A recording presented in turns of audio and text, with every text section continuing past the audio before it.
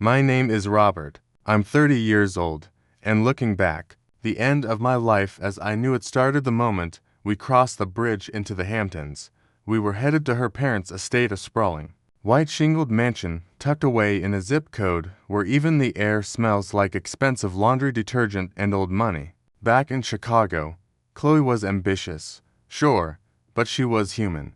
But as we pulled up that gravel driveway, I watched her transform in real time. It was like she'd flipped a switch, shedding her skin to reveal something sharper, colder, and entirely unrecognizable. The moment we stepped out of the car, I wasn't her partner anymore. I was a project, an unpolished accessory that needed to be managed. "Robert, stand up straight," she whispered, her voice hitting like a lash. "And for God's sake, don't mention your fantasy football league. These people talk about portfolios, not box scores, just ... Try to look like you belong, okay?" The correcting didn't stop. It was the way I held my glass, the way I introduced myself. If I spoke too long, she'd cut me off with a high-pitched, performative laugh and steer the conversation toward her own branding ventures. Every time I caught her eye, she wasn't looking at me with affection, she was scanning me for flaws, terrified that some part of my middle-class reality would leak out and stain her curated, high-profile world. I was being treated like a piece of furniture that didn't quite match the decor, and we hadn't even made it to dinner yet. Saturday night was the main event, a dinner at an ultra-exclusive spot where the menus don't even have prices. The kind of place where people whisper so they can hear the sound of their own importance. Chloe was in her element, glowing under the dim chandelier light, surrounded by her inner circle, a group of people who seemed to measure their self-worth by how many people they could look down on. I was sitting there, trying to be the good accessory, but the bar kept shifting. If I didn't speak, I was being a bore. If I did speak, I was embarrassing. At one point, I made a joke, a harmless, self-deprecating comment about a mistake I made during a hike last summer. The table went dead silent. Chloe didn't laugh. She just set her fork down with a slow, deliberate clink and looked at me with pure, unadulterated disgust. "Robert," she said, her voice dripping with condescension, "maybe keep the outdoorsy stories for the people who actually care about dirt. You're making yourself look like an idiot." That was the spark. I felt a heat rise in my chest that had nothing to do with the wine. I leaned in and said quietly, just for her, "Chloe, you need to stop. I'm your boyfriend, not your intern. You don't get to talk to me like that, especially not in front of people." She didn't apologize. She didn't even flinch. She just took a slow, theatrical sip of her $25 martini, swirled the olive, and looked at me with a cold, amused smirk. "Actually, Robert," she said, raising her voice just enough so the whole table could hear, "this is my world. It's high stakes, it's elite, and it moves fast. If you're too sensitive to handle it, maybe you should just leave." The table didn't gasp. They didn't look uncomfortable. They smirked. Her friends exchanged glances like they were watching a spicy episode of a reality show, and I was the character about to get written off. I realized then that I wasn't her partner. I was the court jester. I was the entertainment she kept around so she could feel superior by comparison. I looked at her, waiting for the just kidding, waiting for any flicker of the woman I thought I loved. Nothing. Just those cold, calculating eyes.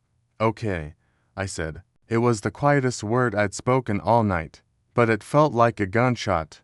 She just rolled her eyes and turned back to her friend. "Anyway, as I was saying about the branding launch, we got back to the hotel around midnight. Chloe didn't say a word to me. She just hummed to herself, scrolling through the photos from dinner, probably picking which filter made her life look the most enviable. She went to bed with the smug satisfaction of someone who had successfully managed a difficult situation. Within 10 minutes, she was out. I couldn't even close my eyes. I sat in the armchair by the window, staring out at the manicured lawns of the estate next door, bathed in the pale moonlight. The silence was deafening.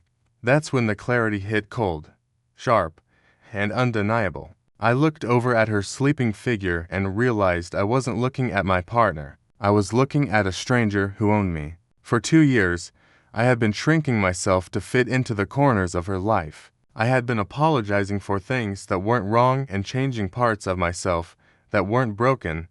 I did the math in my head. I'm 30. If I stayed, what would 35 look like? 40. I saw a future of me standing in the back of rooms like this, holding her coat, nodding while she insulted me, and praying for the drive home, just so I could be myself for 5 minutes. I realized I didn't want to be a permanent visitor in someone else's life. I didn't want to spend my prime years as an unpaid extra in the Chloe show. This wasn't just a bad night or a rough patch. This was the blueprint for our entire future. She had told me to leave if I couldn't handle her world, and in the stillness of that hotel room, I finally admitted the truth. I didn't want to handle it. I didn't hate her world because it was elite. I hated it because it was empty, and I hated who I was becoming just to survive in it. I stood up, walked over to my suitcase, and felt a strange, electric sense of peace. The decision was made. The okay I had whispered at the restaurant wasn't a submission, it was a vow. The peace I felt wasn't just emotional, it was tactical. If I was going to leave her world, I had to stop paying for it. I pulled out my phone, the glow of the screen bright in the dark hotel room. I opened my banking app and looked at the 3 shared accounts we had. Over the last 2 years, I'd been the one quietly topping them up. Every shared vacation, every emergency repair on her car, even the deposit on our apartment, it was my sweat and my overtime. She called them our funds, but they were my resources. I'd spent 24 months funding a lifestyle that treated me like an intruder. I didn't do it out of spite. I did it for survival. I started transferring my personal savings out of the joint accounts and back into my private one, money I'd earned as a software engineer while she was out networking on my dime. Then, I took the final step. I hit the button to freeze every shared card. I knew exactly what this meant. The hotel room was booked on our travel card. The incidental hold for the minibar and the spa services she'd booked for tomorrow. Frozen, her flight home, it was on that same account. For 2 years, she joked about being bad with numbers whenever it was her turn to pay. She'd always say, "Just put it on the shared card. Babe, I'll Venmo you." But the Venmos never came. She had built a world of luxury, but she'd built it on my foundation. By freezing those cards, I was simply taking my foundation home with me. If her world was truly at elite and self-made as she claimed at dinner, she wouldn't need my credit limit to survive the weekend. I felt a weight lift off my chest as the confirmation emails slid into my inbox. The bleeding of my resources had finally stopped. At 4:15 a.m., the world was silent. The only sound was the faint, rhythmic breathing of the woman who had spent the last 2 years convincing me I was lucky to be in her orbit. I moved through the hotel suite like a ghost, packing my life into a single suitcase. It's funny how little space 2 years actually takes up when you strip away the pretension. I didn't leave a note. I didn't want to give her a head start on the argument she'd inevitably try to win. She'd told me to leave, and I was simply being the most compliant boyfriend she'd ever had. The Uber ride from the Hamptons to JFK was a blur of dark highways and morning mist. The driver didn't say a word, and for that, I was grateful. I watched the sprawling estates fade into the rearview mirror, the tall hedges, the wrought iron gates, the Gold Coast fortresses built to keep the rest of the world out. I realized that, by locking everyone else out, they had just locked themselves into a very expensive cage. By the time I reached the terminal, the sky was starting to bruise with the first hints of purple and gold. I checked in, walked through security, and sat at the gate with a lukewarm coffee, feeling a strange, buzzing energy under my skin. It wasn't anxiety. It was the thrill of being a nobody again. As the plane climbed above the Atlantic, the sun finally broke over the horizon. I looked down at the coastline, now just a jagged line of light and shadow, and realized she was probably just waking up. She was probably reaching across the bed, expecting to find the guy who would apologize for ruining her night. She had no idea that her curated world now had one less inhabitant. Watching the sunrise from 30,000 feet. I felt a peace I hadn't known since my late 20s. The air in that cabin was thin and recycled, but to me, It was the first breath of oxygen I'd had in years. The wheels touched down at O'Hare with a heavy thud. But the real impact happened the second I toggled off airplane mode. My phone didn't just vibrate, screamed. It felt like a live grenade in my hand, buzzing incessantly with 2 days' worth of bottled-up entitlement. I sat on the plane, waiting for the bridge to connect, and watched the evolution of a meltdown. It was a masterclass in the narcissistic cycle. It started with confusion. 10:15 a.m. Rob, where are you? I'm at the breakfast buffet and everyone is asking why your seat is empty. Stop playing around and get down here. 10:45 a.m. Robert, this isn't funny. Pick up your phone. Then, it shifted to logistics and panic. 11:30 a.m. My card just got declined at the spa. I had to walk out in front of everyone. Fix the account right now. This is humiliating. 12:15 p.m. The front desk says the incidental card is frozen. Robert, I'm standing in the lobby and they won't let me check out. Why is the travel card not working? Answer me. And finally, the mask slipped entirely, revealing the narcissistic rage. 1 p.m. You are a pathetic, small-minded coward. You sabotaged me. You knew how important this networking weekend was for my brand, and you chose to pull a power move because your ego was bruised at dinner. You've ruined everything. My friends are laughing at me. I hope you're happy in your little ordinary world, because you are dead to me. I sat in that cramped airplane seat, surrounded by strangers, and I didn't feel an ounce of guilt. I didn't feel the familiar urge to call her back and apologize for stressing her out. I just saw the words for what they were, a script. She wasn't worried about me. She was worried about the humiliation of being seen as someone who couldn't pay her own way. She hadn't asked if I was safe. She hadn't asked why I left. She only asked why the money stopped. I deleted the notifications, put my phone back in my pocket, and walked off the plane into the cool Chicago air.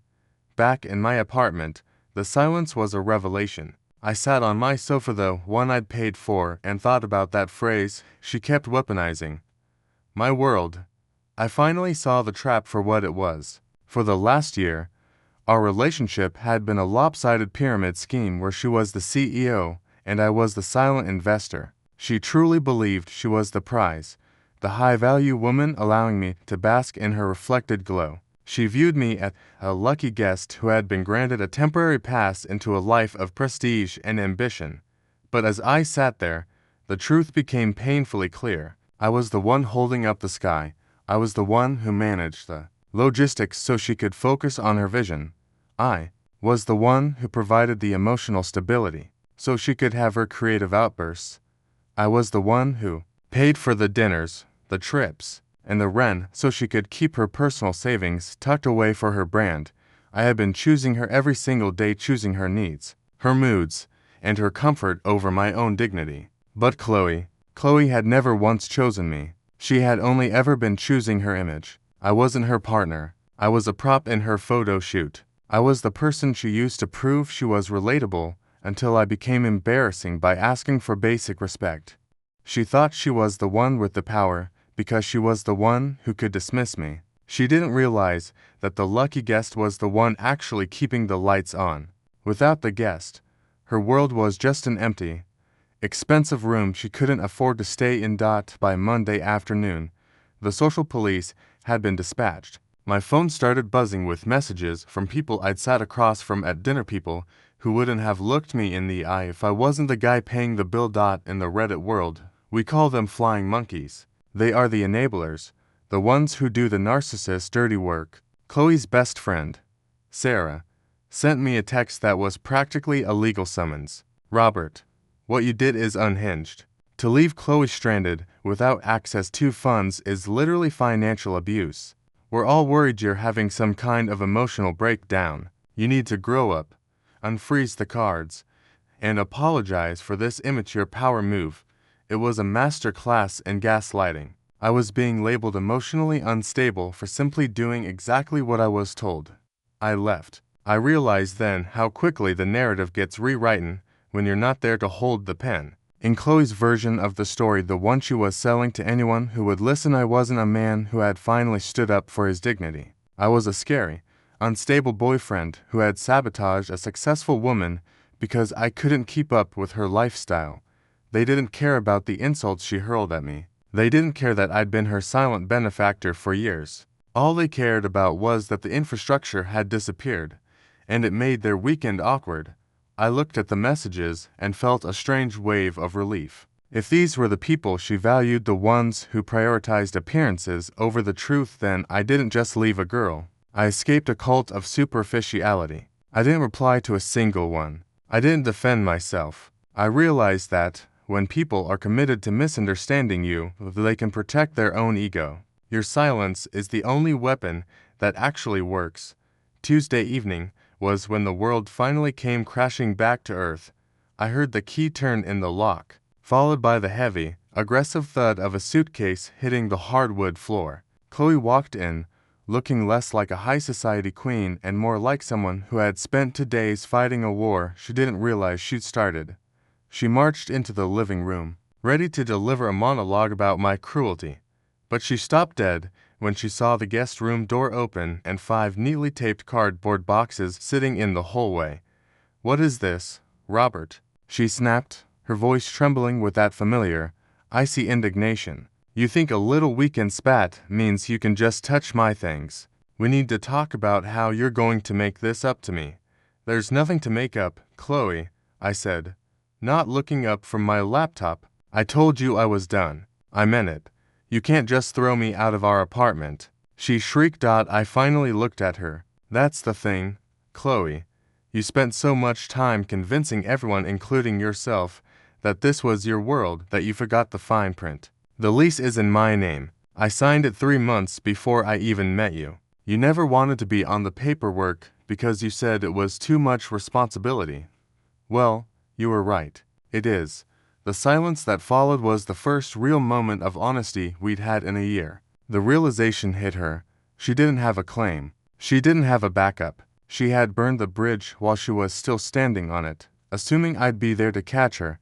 The separation was clinical. I didn't yell. I didn't engage with her insults. I simply watched as she realized that her status couldn't pay the rent or convince a landlord to let her stay. She packed the last of her vanity, the perfumes, the designer shoes, the aesthetic coffee table books, and headed for the door. She stopped at the counter and dropped her key. It made a sharp, metallic clink that echoed through the half-empty room. "You're making a mistake," she whispered. "One last attempt at control. You're going to realize how small your life is without me." "Maybe," I said, "but at least it's mine." After the door clicked shut, the silence didn't feel empty. It felt like an old friend coming back after a long trip. I sat back down on my couch and reached for my phone, a reflex I'd developed over 2 years of walking on eggshells. I was waiting for the familiar jolt of adrenaline, the fear that I'd missed a call, used the wrong emoji, or committed some social error that would trigger another lecture on how I was failing her world. But there was nothing. No frantic notifications. No passive-aggressive texts. Just the quiet hum of the refrigerator and the distant sound of the city outside. I sat there for a long time, letting the stillness sink into my bones. People on the internet always talk about teaching someone a lesson or getting revenge. But as I looked around my apartment, I realized I didn't leave to be petty. I didn't freeze those cards to watch her struggle. I left because of a simple, fundamental truth that I'd ignored for too long. When someone tells you to leave, you should believe them the first time. Chloe told me I didn't belong in her world. She told me I couldn't handle the person she chose to be. So I listened. I took her at her word, and I stepped out of the frame. There's a specific kind of exhaustion that comes from being the supporting character in someone else's delusions. It drains you slowly, like a leak you don't notice until the tank is empty. But now, that leak was plugged. I looked at the spot on the wall where her aesthetic art used to hang, and I saw a space that was ready for something real. I'm 30 years old. I've still got plenty of life ahead of me, but I've learned the most important lesson of my 3rd decade. My ordinary world is full of things she could never see: respect, peace, and the freedom to be exactly who I am without an apology. I stood up, walked to the kitchen, and made a cup of coffee. I didn't have to check if it was the right brand or if I was holding the mug correctly. I just drank it. I am Robert. I'm 30, and for the first time in a very long time, I'm finally home. Thanks for watching. Don't forget to subscribe and hit the like button. What do you think about this story? Let me know in the comments.